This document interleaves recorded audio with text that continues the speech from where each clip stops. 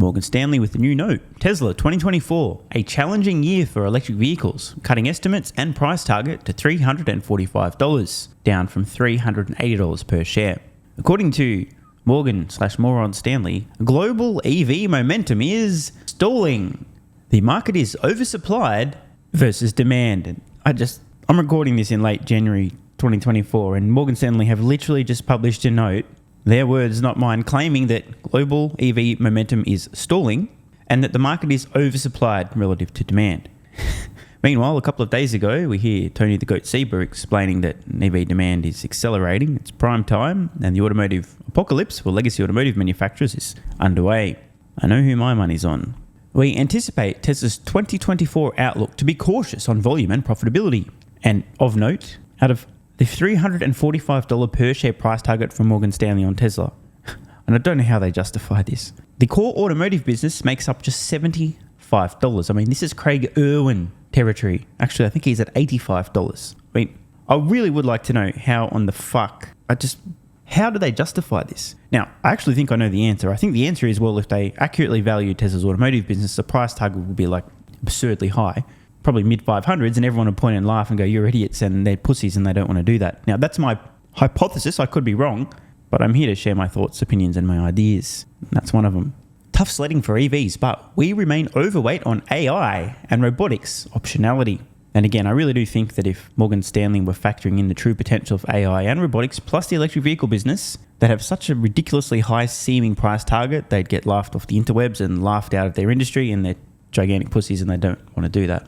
Hope you're sitting down for this. Now, there is continually growing evidence, according to Morgan Stanley, that the global EV market is in an unfavorable balance of supply growing versus demand slowing. To list just a few of the bigger tells: further price cuts. Tesla has already announced price cuts in China and Europe that matched or exceeded our prior expectations of price reductions for the full year in 2024. Maybe someone should send Morgan Stanley Tesla's trollingly titled Secret Master Plan that's older than some of the people watching this channel, explaining that they would drive the cost of their vehicles down. That's how you reach the mass market. Price cuts should surprise no one. Expiration/weakening of EV incentives. Fewer vehicles are eligible for the IRA incentives, given foreign content and local sourcing rules. Our teams anticipate further weakening and dilution of consumer EV incentives globally as governments reassess budgets. From an auto lens, the future of the IRA appears increasingly uncertain. Now, again, I'm on the record, I don't think we need this. It's a waste of taxpayer money. The vehicles will sell regardless, as long as they don't suck shit and they're priced properly. The transition is happening. This is an inevitable disruption. Not a potential disruption. It is inevitable. 10, 15 years ago, incentives may have made sense, but they no longer do. And it's really important to understand. While incentives can allow some consumers who previously couldn't afford a vehicle to buy one, that does not actually change whether or not the customer wants to buy an electric vehicle. If they want to buy an electric vehicle and they can't afford it, that's demand. They just can't act on that demand. What Morgan Stanley are suggesting here is that consumers don't actually want to buy electric vehicles. Or do I have a different dictionary and misunderstand the definition of demand? I mean, to me, demand means that you want something, not that you can afford it. The issue now for consumers is affordability, not the desire to actually buy electric vehicles. Another reason Tesla continues to pass on cost savings and sell increasing volumes of their highly desirable, in-demand electric vehicles. Excess capacity in China. Our China team notes cannibalization from a strong year-end sales push, along with the expiration of certain local stimulus measures and likely earlier Chinese New Year homecoming, along with economic pressures, have offset OEMs and dealers' promotional efforts. Their China battery analyst also noted that China's battery inventory is rising to 4.2 months and noted that CATL, who can still sell LFP cells at around $80 a kilowatt hour, is one of the only battery makers generating a profit. FYI, both battery manufacturers and EV makers in China are competing extremely aggressively. Residual value risks. OEM price cuts have driven continued downward pressure on EV residuals, supported by dealer commentary. Residual value volatility hurts the value proposition for consumers and creates uncertainty around leasing partners who don't want to hold the risk. Even Tesla's leasing penetration is in the low single digits globally. Now, call me crazy, but on the list of major considerations when consumers are choosing a huge purchase like a new vehicle, I don't think that the residual resale value is high on the list for most consumers. Now, it is for some, but if that's you, I got news. You're barking up the wrong fucking tree. The cost of these things to produce and therefore to purchase is going to continue to plummet over time. So if you want to purchase an electric vehicle that retains high resale value, I highly recommend you wait until about maybe 2069 when most of the cost declines have happened, and maybe then you might be onto something. After all, they are computers on wheels. When was the last time you bought a computer and 3 years later it was worth close to what you paid for it? Oh wait, never. Exactly. Fleets are cutting EVs. Rental car giant Hertz is reducing 1/3 of its global EV fleet, following a decision by European rental car firm Sixt, which, by the way, I think frisky New Zealanders sixt each other, don't they? 3 people got that. If that was you, congratulations. Everyone else, too bad. To sell off its EV fleet to replace with ICE vehicles, citing higher costs with collision, repair and other operating challenges. China slows EV exports, citing slower demand. China has said it will rein in EV exports. Their Vice Minister of Industry and Information Technology cited, quote, insufficient external consumer demand, and that Beijing would take, quote, forceful measures. Oh, the CCP, bro. So glad I don't live there. And that Beijing would take forceful measures to address blind construction of new EV projects by some local authorities and enterprises. Other signs of demand challenges. We hear anecdotes of by the way, the reason I'm covering this now is so we can revisit it a few years from now, and I can point specifically to the percentage of all vehicles sold globally that were electric from 23 to 24, from 24 to 25, and so on. Last year, roughly 10% of all new vehicles sold were purely electric globally.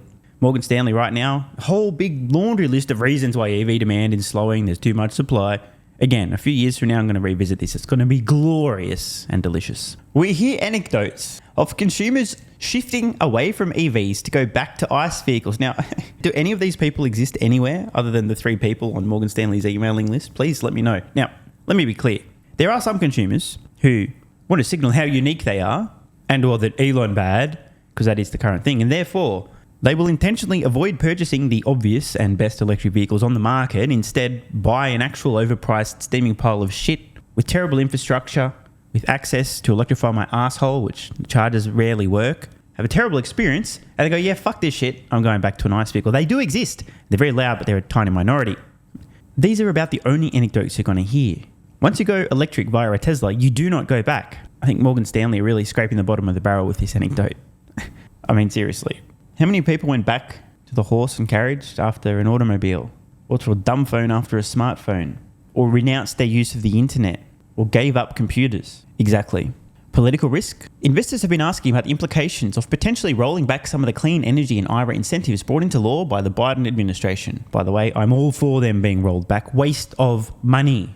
Any potential rollback of EV incentives will be an impediment for the pace of EV adoption. Strong disagree again. It's happening anyway, and the incentives are unnecessary. They don't hurt. Like, from an investor's point of view, I'll take them. You want to throw money at customers? Okay. But it's not necessary. Just like you didn't need to incentivize internet adoption or computer use or smartphone adoption and so on. However, we believe such a dilution/slow rollout of EV incentives is already in our base case regardless of the outcome of the election. Our thesis on Tesla is that it is both an auto stock and an energy/AI/robotics company. In fact, our valuation of the core auto business, literally in Craig Irwin territory, is $75 a share, which represents just 22% of our $345 price target, revised down from $380 per share previously.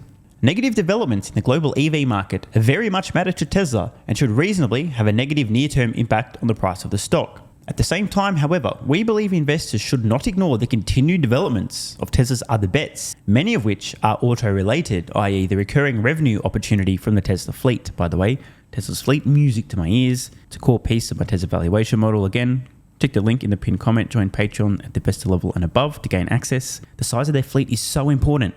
Just think about this in the future. Vehicles in fleet times how much they're spending per month on software equals printing fucking money. A lot of it. Big time. There will come a point in the future where Tesla's global vehicle fleet, and it won't be that far away, will exceed 10 million, then 25 million, then 50 million, then 100 million vehicles in the fleet. What's 100 million times a little bit of money on average per month per user? A lot of fucking money. Big deal. Don't ignore this. Embedded in our Tesla network services valuation and other areas that we do not include within our $345 price target, but that the market may include, e.g. Optimus, which we expect to learn much more about during the 2024 Tesla AI Day. Looking ahead, are we approaching maximum market negativity on EVs? I can't believe they're saying this. Oh my God, dude. I just cannot wait to revisit this a few years from now. We believe the trough may happen towards the latter part of 2024 with EU parliamentary and US presidential elections part of the equation. On Elon Musk's discomfort on having Tesla move into AI without 25% voting control of Tesla.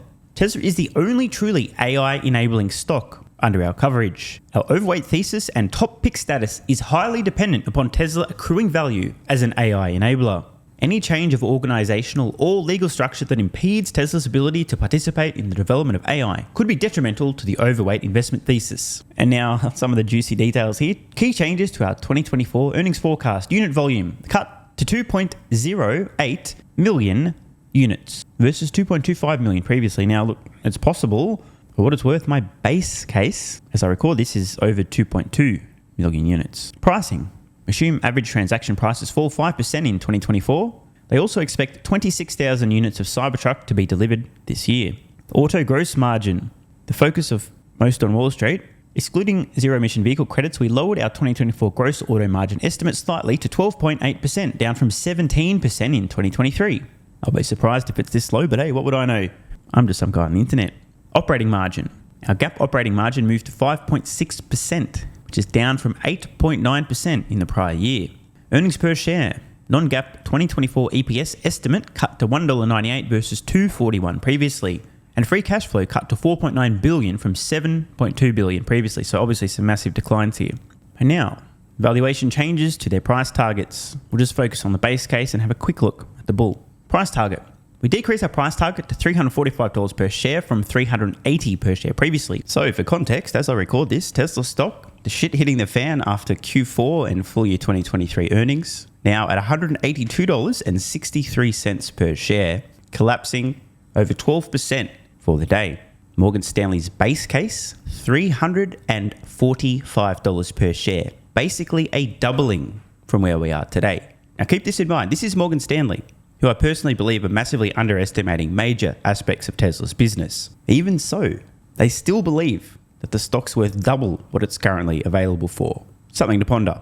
And now back to the justification for their price target. Of the decrease, 1/3, $11, is related to lower volumes, average transaction prices, and margins in the core auto business. Another third is related to lowered valuations at Tesla Mobility and Network Services due to fleet size. And by the Now, it's very important to understand, by the way, Morgan Stanley's estimates for Tesla's fleet size based on volumes are so low, and they have a huge impact on Tesla's total valuation.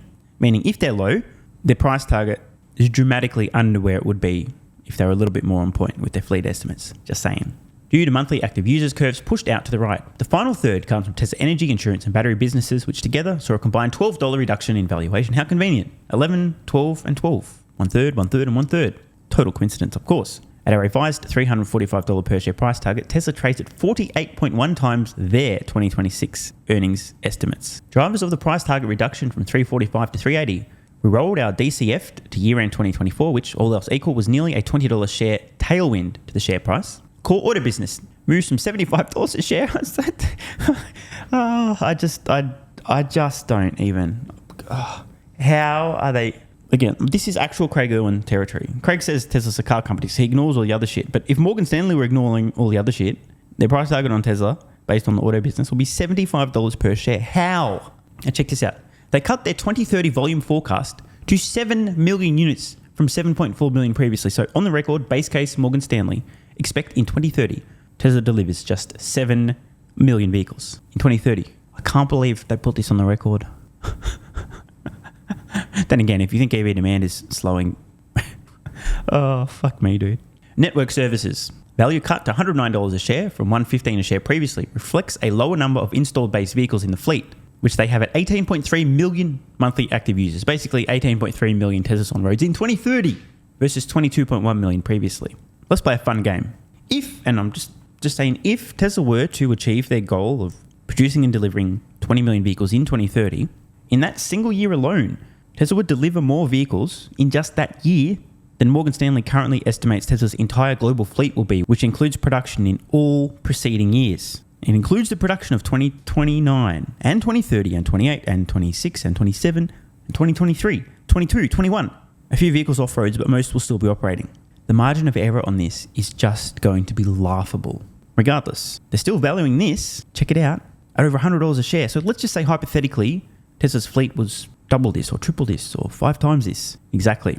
Generating recurring revenues from FSD, charging, maintenance, licensing, etc. In other words, the size of the fleet will produce recurring revenue via the following means. Tesla Mobility, rideshare and robotaxi valuation cut to $76 a share. And they now assume a robotaxi fleet of 220,000 vehicles by 2030. Previously, 577,000. In case anyone's wondering, again, you want to see these estimates in full, in the bear case, the base case, the bull case, and the hyperbull case, check the link in the pinned comment to join Patreon at the investor level and above. In my base case, Tesla's robotaxi fleet in 2030, let's just say quite a few more other changes. We reduced the value of Tesla Energy to $39 a share versus $48 previously. Okay.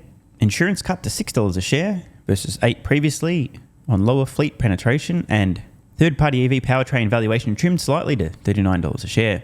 By the way, just wanted to point this out. Morgan Stanley are expecting that Tesla will sell powertrains to other companies in the future, and they're valuing that business line, which doesn't yet even exist, at $39 a share, which is now identical to how much they're valuing Tesla's entire fucking energy business. God damn, dude.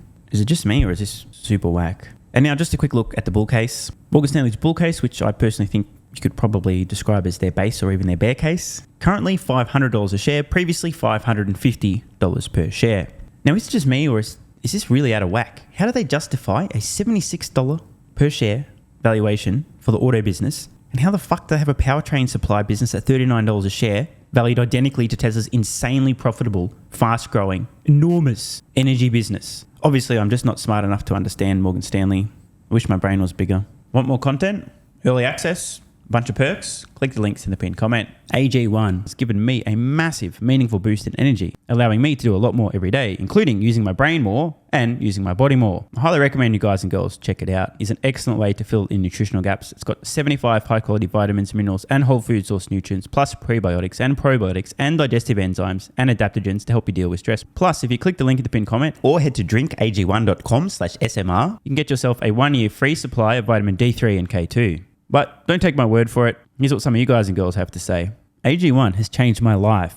I was, as you described, treating myself like a circus, ate like trash, rarely exercised, used alcohol as a stress crutch, cannabis also. AG1 is what gave me the kick in the ass, got me back to the gym, motivated me to do more for myself, family, my business, etc. Keep doing what you do. Now, I know there's some skeptics, the same kind of people who think Elon Musk is a fraud, reading this going, what do you thought? There's no way that's possible, bro. It must be a placebo effect. Believe it or not, this is a recurring theme. If you give your body everything it needs to feel and perform its best, including having a lot more energy, you'll need ways to use that energy. For me personally, that includes more exercise, moving my body more social activity, and more cognitively demanding tasks, including producing a fuck ton of exclusive content over on Twitter and on Patreon, plus my daily YouTube uploads. The proof's in the pudding. On to another testimonial from a viewer of this channel. SMR, you asked me to provide feedback on AG1. Here it is. It has helped with mental acuity, stamina, and intestinal waste management. Can't read between the lines. It certainly helps with regularity and digestion. That's what the digestive enzymes are for. It has also dramatically reduced my cravings for sugar. You guys need to stop eating sugar. It's fucking poison. I'm 50, 5'9", and overweight, aka a fat motherfucker. I think that's a technical term for overweight, isn't it? Is it fat motherfucker or obese? I can't remember. I average 100 hours a week in the West Texas oil fields as a safety supervisor. Jesus Christ, dude. No wonder you're struggling to keep your weight under control. 100 hours a week.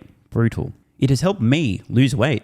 It is not an appetite suppressant. It can help fat people suppress cravings, and motivation to be healthier is critical for changing your diet. Love you, brother. Again, this is a great point. It's something people really don't seem to grasp. If you have more energy, everything becomes easier. It's like turning on easy mode for life. A few years ago, before I was taking AG1, my health was trash. I was struggling to get through the day, had afternoon fatigue. The last thing I wanted to do was either use my brain or move my body. Didn't have the energy. Now, my biggest struggle every day is figuring out ways to use that energy. I'm exercising way more, doing a lot more with my friends and family, and of course, my work output has increased substantially. And you can fact check me. Check out the average length of my videos I was posting to YouTube 3 years ago. Need I say more? And one final testimonial. Love this one.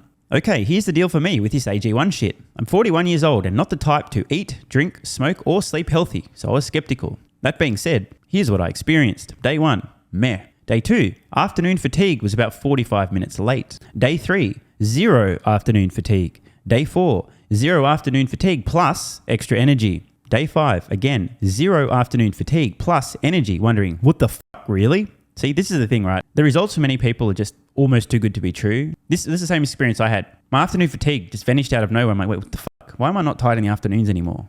Surely it's not that AG1, is it? Turns out it was. Day 6 and 7, same thing. Day 8, same thing. Plus, I had the want to get things done around the house that I normally would slack off and not get done. Again, the point, extra energy, you'll need to use it. You'll find ways to use it. Day 9, 10, and 11, and today is day 12. I fucking love it. So however you managed to get me to buy it, I'm so glad you did. Thank you so much, SMR. It really changed me so far. Guys, this shit really works. Just try it. By the way, this is the reason I continue to relentlessly promote AG1. A lot of people get real fucking mad in the comments. Oh my God, Snake Oil Salmon's sold out. Oh my God, he's a scammer. This is fraud. But constantly, I'm pretty sure everyone making these comments is also currently short Tesla stock. I'm not particularly concerned about people having a negative perception, those folks suffering from small brain syndrome, still living in my bum's basement syndrome, etc., writing mean comments, claiming AG1's a scam or it doesn't work. I mean, bro, when I get feedback like this is what keeps me going. Just try this stuff for a month, and if you don't get these results, get your money back. See, it's a literal no-brainer. It's an IQ test at this point in time. Testimonial after testimonial after testimonial like this. You get your money back if it doesn't work. Just try it for a month, and if it doesn't work, get your money back. Today's the day. It's finally time. Be like this guy who was a massive skeptic, but finally, after 1,000 promotions in a row, caved in, tried AG1, and has results like this. Head to drinkag1.com/SMR or click the link at the pinned comment, and please, let me know how you're feeling in a few weeks' time. Now, if you'll excuse me, time to put my extra energy to good use. I'll be recording some more exclusive content for Patreon and my Twitter subscribers. So click the links in the pinned comment. See you over on Twitter and or Patreon, and don't forget to grab your AG1. Love ya.